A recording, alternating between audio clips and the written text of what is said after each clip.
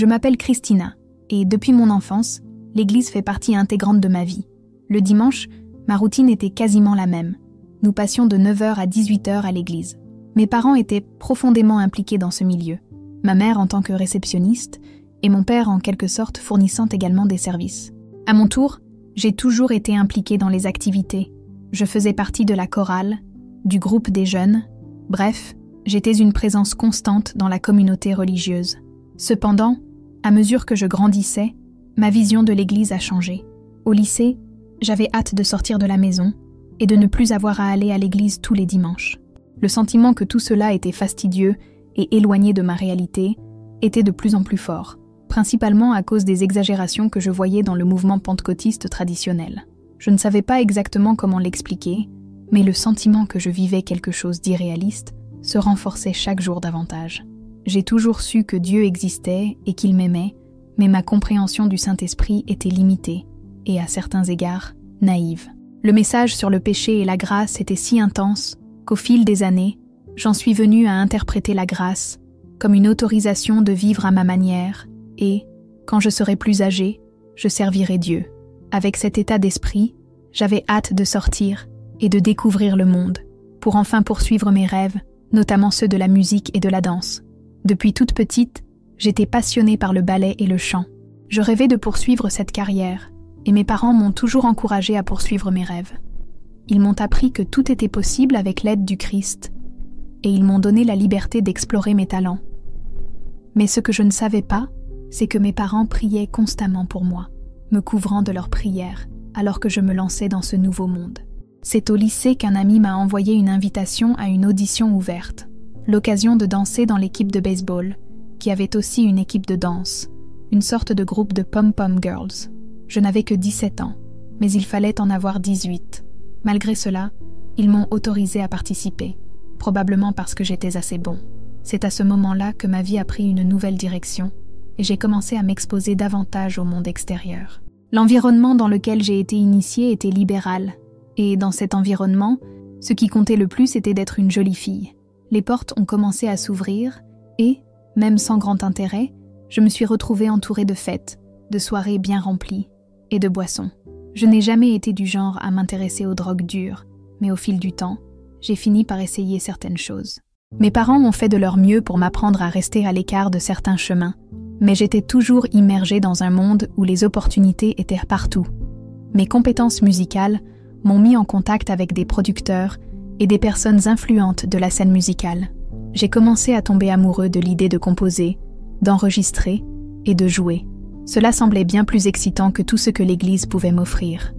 Et au fur et à mesure que mon talent se démarquait, les opportunités se multipliaient. J'ai été embauchée pour enregistrer des démos, j'ai joué dans des clubs locaux, et j'ai rapidement été signée sur un label indépendant.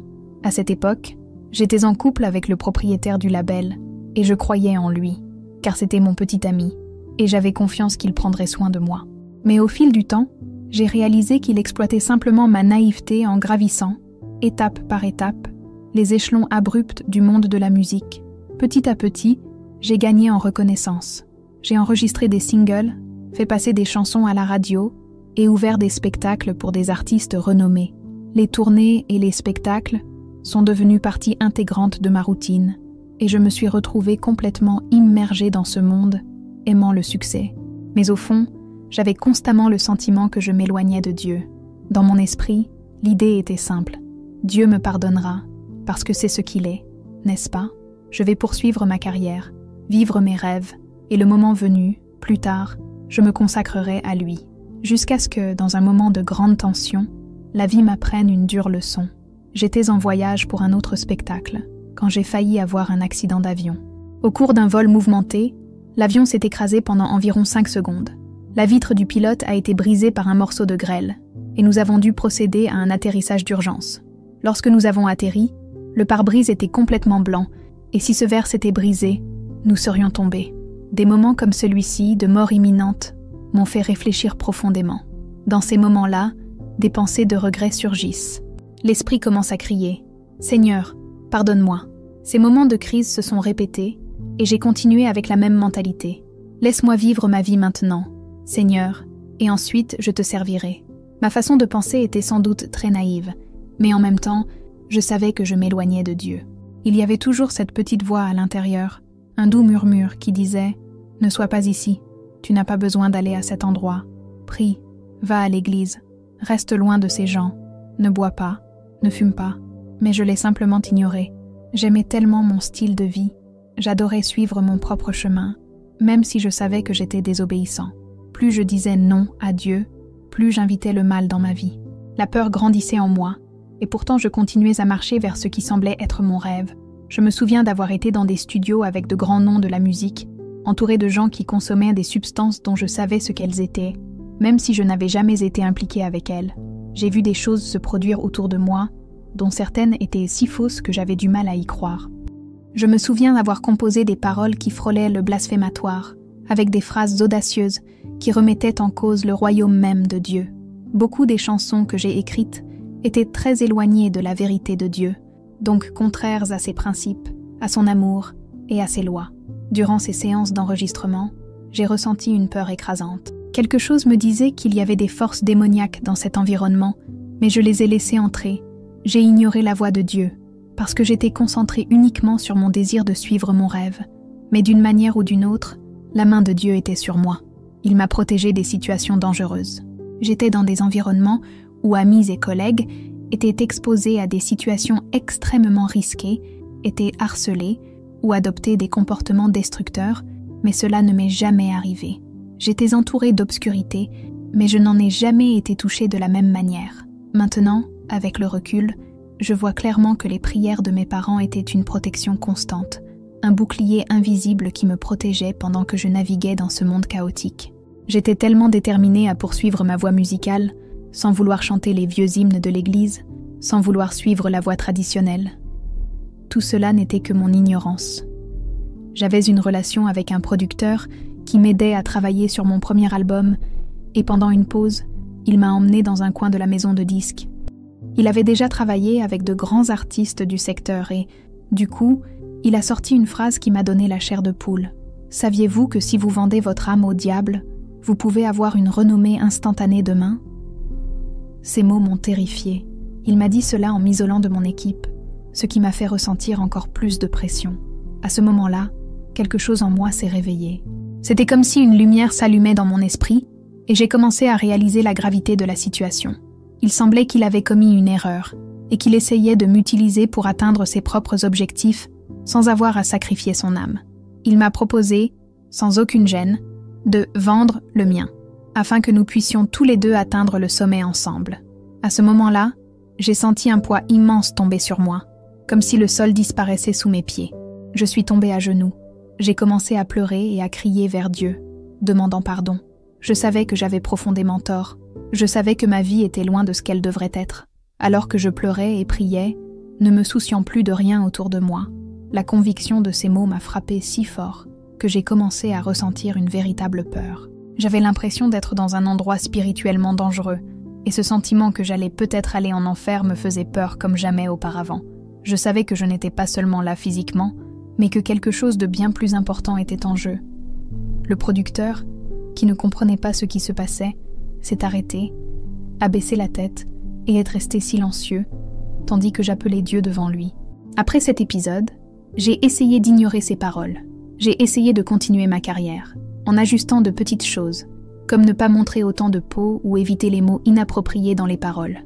Je voulais toujours poursuivre mes rêves d'une manière honorable, mais sans m'engager complètement envers Dieu. C'est alors que j'ai réalisé quelque chose de fondamental. On ne peut pas être tiède dans sa marche avec Dieu. C'est soit tout, soit rien. Cette compréhension a commencé à s'installer en moi.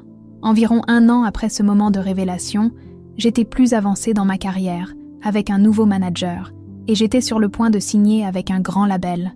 J'étais sur le point d'accomplir de grandes choses, mais en même temps, la vérité sur mon chemin spirituel devenait plus claire à chaque pas que je faisais. C'est dans un moment d'expérience spirituelle profonde que tout s'est transformé pour moi. Lors de cette vision, j'ai été confrontée à nul autre que Satan, qui m'a fait une offre alléchante. Il m'a offert tout ce que je désirais en échange de mon adoration. À ce moment-là, j'avais un choix clair devant moi et j'ai fermement refusé ses propositions. Cette confrontation avec le mal a été un tournant et je savais que je devais changer radicalement de vie. Après cet épisode, j'ai pris la décision d'annuler tous mes projets. J'ai informé ma maison de disques et mon manager que je devais rentrer chez moi parce que quelque chose de profond m'était arrivé. Au début, ils pensaient que c'était juste un cauchemar, une expérience passagère, mais je savais que c'était quelque chose de beaucoup plus significatif et réel. Quand je suis retournée à l'église, j'ai été surpris de découvrir que le sermon de ce dimanche parlait des 3 cieux, et j'ai réalisé que j'avais été dans le 2e ciel, un royaume d'obscurité et d'activité démoniaque. Ce message était une confirmation claire que je devais retourner aux voies de Dieu et changer complètement ma vie. Depuis ce moment, mon parcours s'est transformé. J'ai commencé à chercher à vivre selon les desseins de Dieu, en laissant de côté mes propres rêves et désirs. J'ai appelé ma maison de disques et je lui ai dit que je devais tout arrêter, que je devais rester à la maison, loin de toutes les distractions, pour vraiment chercher Dieu. J'ai été surpris par leur compréhension. Il n'y avait aucune résistance, aucune culpabilité, aucune pression. C'était comme si le Seigneur préparait déjà le chemin, garantissant que j'avais la liberté de me concentrer exclusivement sur lui, sans distraction extérieure. Quand j'étais jeune, j'ai eu quelques expériences avec le Saint-Esprit, mais elles étaient similaires à la relation qu'un adolescent entretient avec ses parents. On sait ce qui est bien, mais on finit par s'éloigner tout seul, poussé par ses propres désirs. Je ne justifie pas ma désobéissance, mais à l'époque, je n'ai pas eu la révélation que j'ai aujourd'hui. Aujourd'hui, je sais que les prières des justes ont un réel pouvoir. Les prières de mes parents, en particulier, m'ont protégée pendant cette période sombre de ma vie.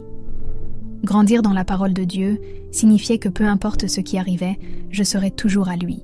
Et il m'a tiré en arrière, en utilisant la tactique de la peur, une peur que je reconnais maintenant comme sainte, et qui m'a fait comprendre que la crainte du Seigneur est le commencement de la sagesse.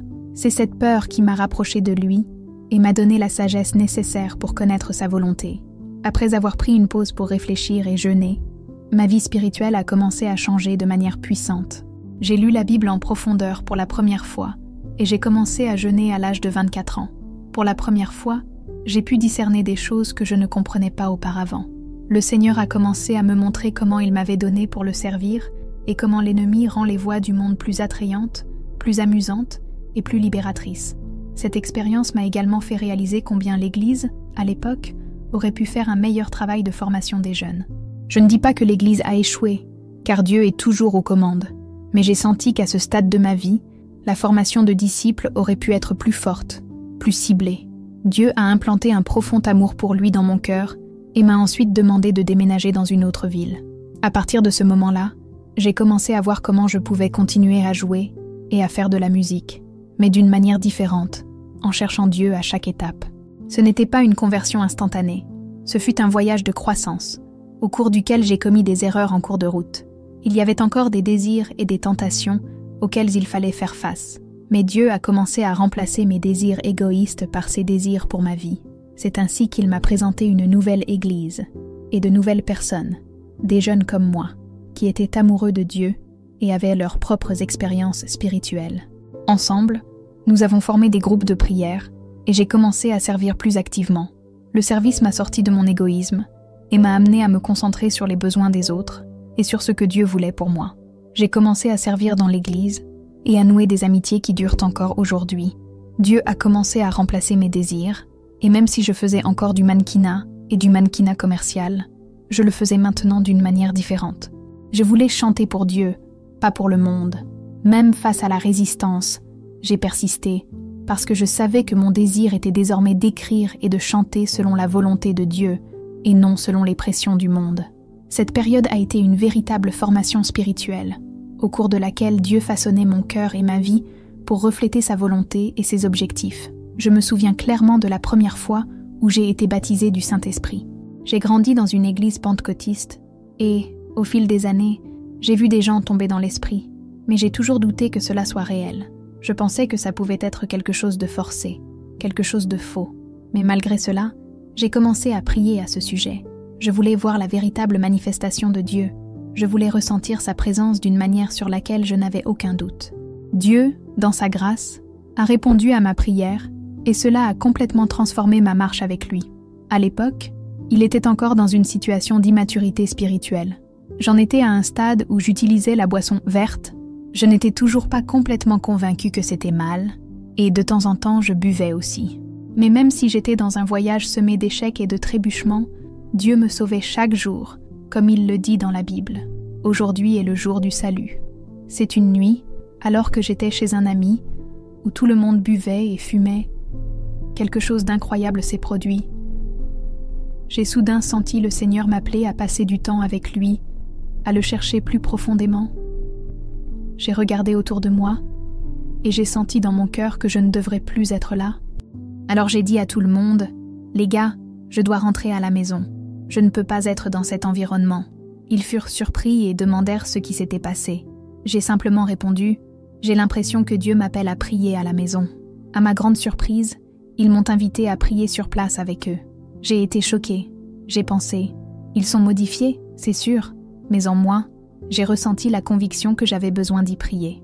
Et même sans savoir prier en public, sans être pasteur ou sans expérience de leadership, j'ai entendu la voix de Dieu me dire « Je suis avec toi ». Sur ce, j'ai commencé à prier. Je ne savais pas exactement ce qui se passait, mais quelque chose de puissant a commencé à se produire. Je me souviens leur avoir dit involontairement « Préparez-vous, quelque chose va se passer ».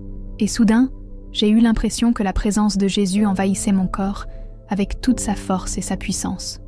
C'était une expérience jamais vécue auparavant. Pour la première fois, j'ai commencé à voir ces gens comme Jésus les voyait. J'ai vu leur passé, leur présent, et même leurs désirs secrets. C'était une manifestation spirituelle très forte. Pendant ce temps, il y avait un homme que je ne connaissais pas bien, juste un ami de mes amis, mais le Seigneur m'a fait voir un nuage noir au-dessus de lui. Il était agité, faisant les 100 pas, sans vraiment se connecter à la prière. J'ai senti dans mon esprit que le Seigneur voulait le libérer, et soudain, j'ai vu dans ma vision spirituelle un démon avec des cornes et des yeux rouges, tenant son esprit comme s'il était attaché à ses épaules, ne voulant pas le lâcher.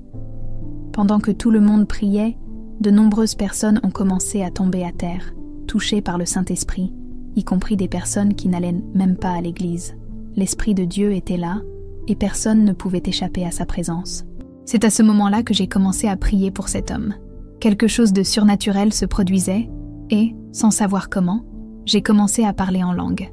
C'était comme si le ciel s'ouvrait, et qu'un feu descendait sur moi, une force immense qui coulait du ciel et de mon esprit en même temps. J'ai senti que c'était Dieu qui intercédait pour cet homme, comme un profond intercesseur. Cet homme, malheureusement bien connu, s'est suicidé des années plus tard. Je ne sais pas ce qui s'est passé dans sa vie après cette nuit, mais je sais qu'à ce moment-là, l'esprit maléfique a été expulsé de cet endroit. C'était comme si la porte du mal s'ouvrait d'elle-même et que le diable sortait sans pouvoir résister.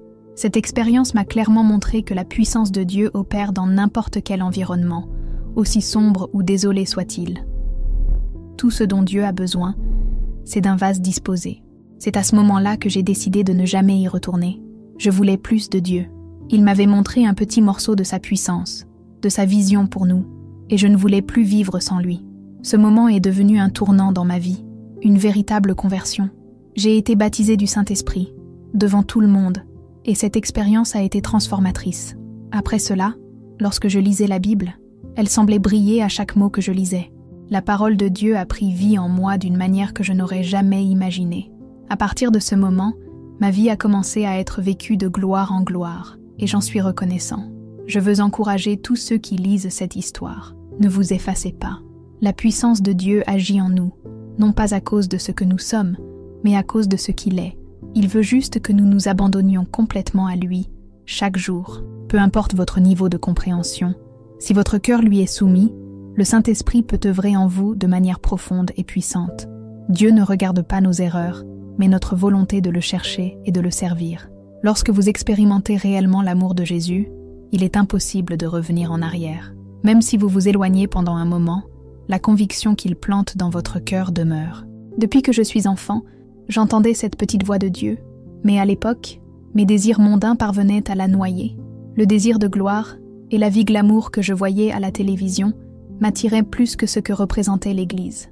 Mais maintenant, je comprends que tout cela était le résultat de mon ignorance. Personne sur cette terre n'a une révélation complète de la gloire de Dieu.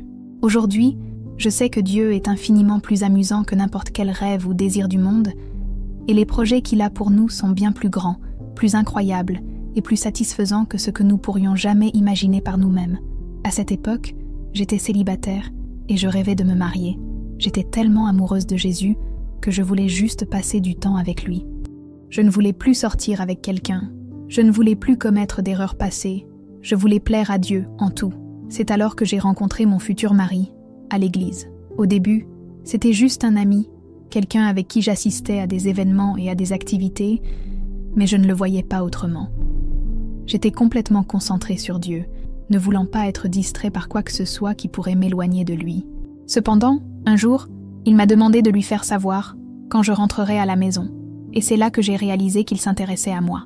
C'est à ce moment-là que j'ai décidé de m'éloigner un peu de lui, de me concentrer à nouveau sur Dieu et d'éviter les distractions. Mais lorsque nous nous sommes finalement rencontrés pour discuter, il a révélé qu'il cherchait également à vivre dans la sainteté, ce qui m'a vraiment touché le cœur. C'était comme si à ce moment-là, mes yeux spirituels s'ouvraient et je voyais une lueur dorée autour de lui, comme si Dieu confirmait qu'il était celui qu'il me fallait. Le Seigneur a dit à mon cœur qu'en raison de ma fidélité envers lui, il bénissait notre union. À partir de là, tout s'est passé très vite. Je me suis fiancée 6 mois plus tard, nous nous sommes mariés 6 mois plus tard, et 1 an plus tard, nous avons eu notre premier enfant. Aujourd'hui, nous sommes mariés depuis près de 9 ans et avons 3 enfants. Dieu continue d'utiliser mon mariage pour me façonner et me rapprocher de lui. L'onction sur nos vies est indéniable, et Dieu a béni notre famille d'une manière que je n'aurais jamais pu imaginer. Je suis profondément reconnaissant pour tout ce qu'il a fait dans nos vies. Il est fidèle, même quand nous ne le sommes pas, et chaque jour, il nous forme et nous apprend à être plus fidèles, à chaque « oui » que nous lui donnons. En regardant en arrière, je suis immensément reconnaissant pour sa grâce, pour m'avoir sorti de la situation dans laquelle je me trouvais, et pour avoir montré son amour, sa présence vivante, et combien il est merveilleux. Dieu m'a non seulement sauvé, mais m'a donné une nouvelle vie, et pour cela, je lui en suis éternellement reconnaissant. Quand on vit une véritable expérience avec le Dieu vivant, il est impossible de revenir en arrière. Le désir de le connaître toujours plus grandit d'une manière indescriptible, et c'est ce que sera l'éternité. Un processus continu de croissance et d'émerveillement devant la grandeur de Dieu. Même lorsque nous serons au ciel, nous continuerons à grandir en connaissance et en admiration pour lui. Dans le livre de l'Apocalypse, les 24 anciens se prosternent constamment et jettent leur couronne aux pieds de Dieu en disant « Saint, Saint, Saint ». La grandeur de Dieu est quelque chose que nous ne pouvons pas comprendre pleinement, mais le plaisir de le connaître est quelque chose qui n'a pas de fin. Il y a environ 1 an, mon mari et moi avons ressenti l'appel de Dieu. Ce que nous avons entendu de Dieu était simple, « Partez ». Avec cela, nous avons commencé avec ce que nous avions, chez nous, en invitant certaines personnes à une étude biblique. Lors du 2e rendez-vous, un couple rencontré par mon mari à l'université nous a proposé un espace plus grand à utiliser gratuitement. Depuis, nous organisons des offices le dimanche matin et le mercredi soir, et Dieu a formé les gens de façon merveilleuse à travers ce ministère. Je veux laisser un dernier mot, surtout aux parents. N'arrêtez jamais de prier pour vos enfants. Ils peuvent traverser des moments de rébellion, vouloir s'éloigner et suivre leurs propres rêves, mais ne cessent jamais de les créer dans la parole de Dieu. Parlez-leur de la vie et priez sans cesse pour eux. Dieu agit à travers nos prières et notre foi. La Bible dit que il est impossible de plaire à Dieu sans la foi. Par conséquent, continuez à croire qu'il est fidèle pour accomplir toutes les promesses qu'il a faites dans leur vie. Il les ramènera, amour pour amour, gloire pour gloire, foi pour foi. Père céleste, par ta bonté et ta fidélité, Seigneur, tant que nous demeurons en toi et que tu demeures en nous, tout ce que nous demandons sera fait, au nom de Jésus. Nous vous remercions pour chaque parole et demandons que le témoignage partagé aujourd'hui tombe sur un sol fertile. Continue à développer notre foi en toi, Seigneur. Nous demandons plus de révélation, de sagesse et de compréhension, afin que nous puissions être tout ce que vous nous avez appelés à être sur cette terre, au nom de Jésus. Amen. En écoutant le puissant témoignage de Christina, nous sommes mis au défi de réfléchir à notre propre parcours. Où plaçons-nous notre confiance?